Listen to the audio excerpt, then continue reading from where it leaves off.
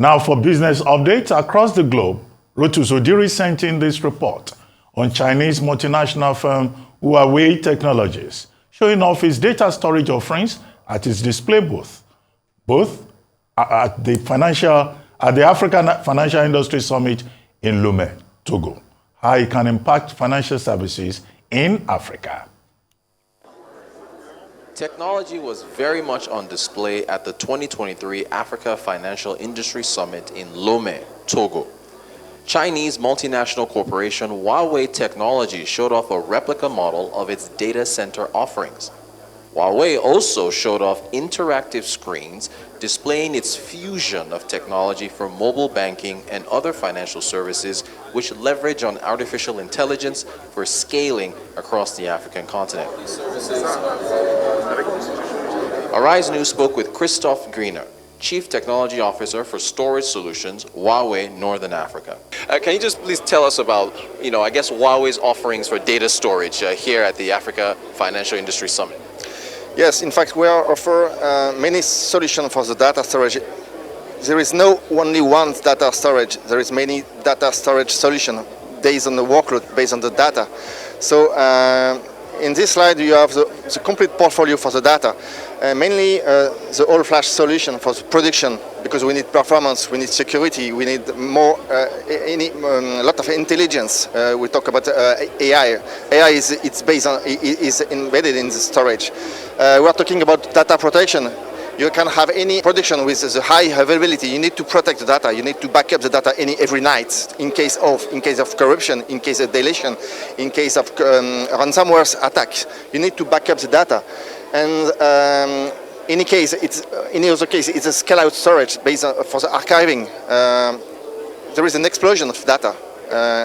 I think the statistics say that in 2030s, the capacity, the worldwide capacity of data will be around 180 zettabytes. So it's very huge.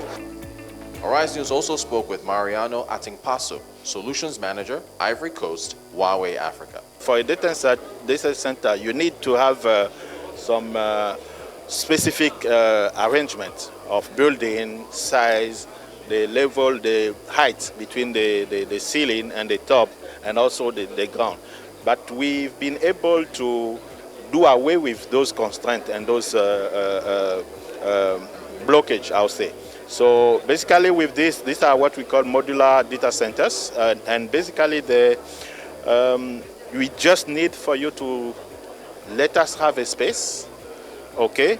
And based on the space you have, we do analysis of that space, and we build the data center according to that space. So we have some that goes to maybe one rack. We have some going from one rack above. And this particular model is what we call FM 2000, Fusion Mobile 2000.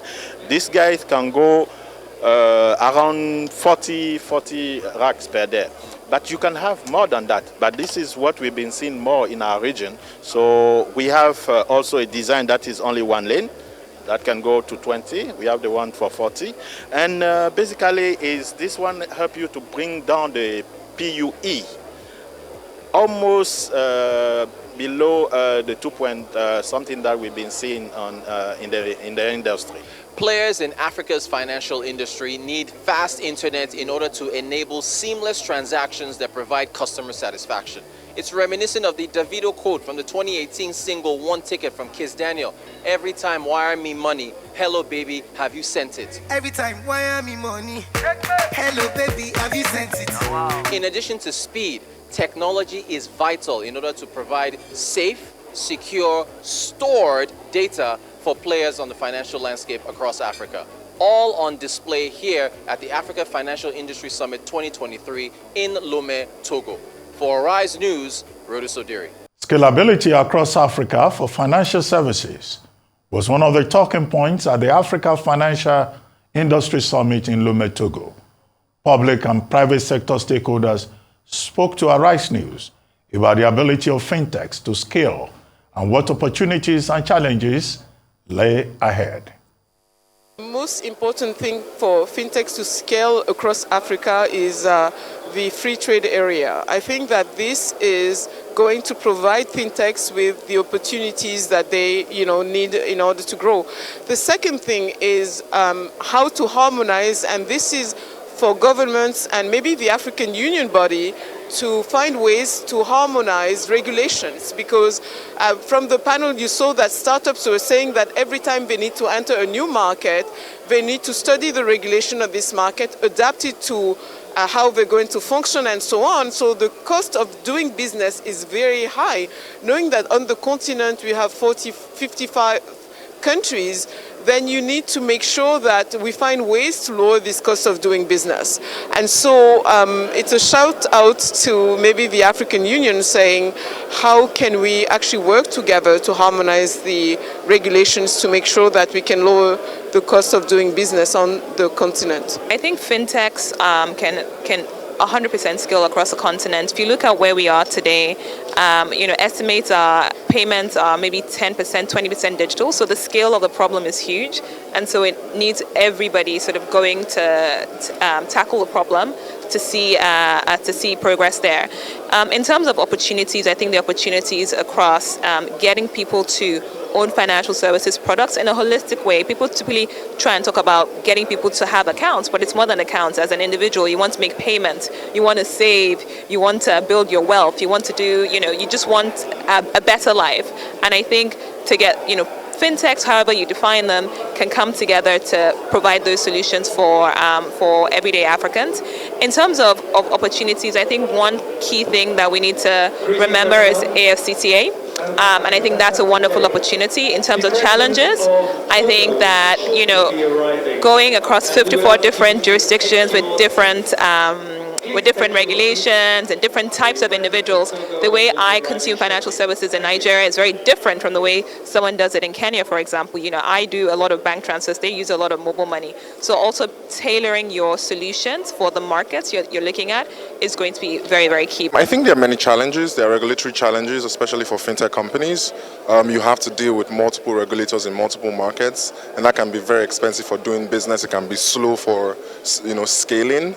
And for us at Bamboo, that's been the biggest challenge, is that we have to make sure that we're dealing with different regulators that have different laws and different ways of operating and different ways of dealing. But I think ultimately these are the problems that we need to solve if we're going to unlock $1 trillion economy, if we're going to have more people that are not consuming financial services start consuming financial services, if we're going to see our businesses operate in multiple countries. So yes, the challenges do exist, but it also presents huge opportunities for growth. The 2023 Africa Financial Industry Summit in Lome, Togo, came to a close on Thursday, November the 16th. To summarize its importance to the continent, ARISE business correspondent Rotus Odiri spoke to Aliu Maiga, Industry Manager for Africa at the International Finance Corporation, IFC. A very important part of development, and having a vibrant banking sector and capital market is really important for development. In that context, Jeune Afrique, created this event called AFIS, and they approached IFC to be the anchor and the co-host. So we have been having this AFIS annually, and this is the second edition. I think it's very, very important forum to really bring policymakers, regulators, and practitioners together so they can have a stock taking on the financial sector and how it is helping Africa develop, but also discuss issues that are standing in the way of achieving those objectives and agreeing on if not actions, at least approaches on how to address them. Rotus Odiri there in Lome, Togo, reporting for ARISE News.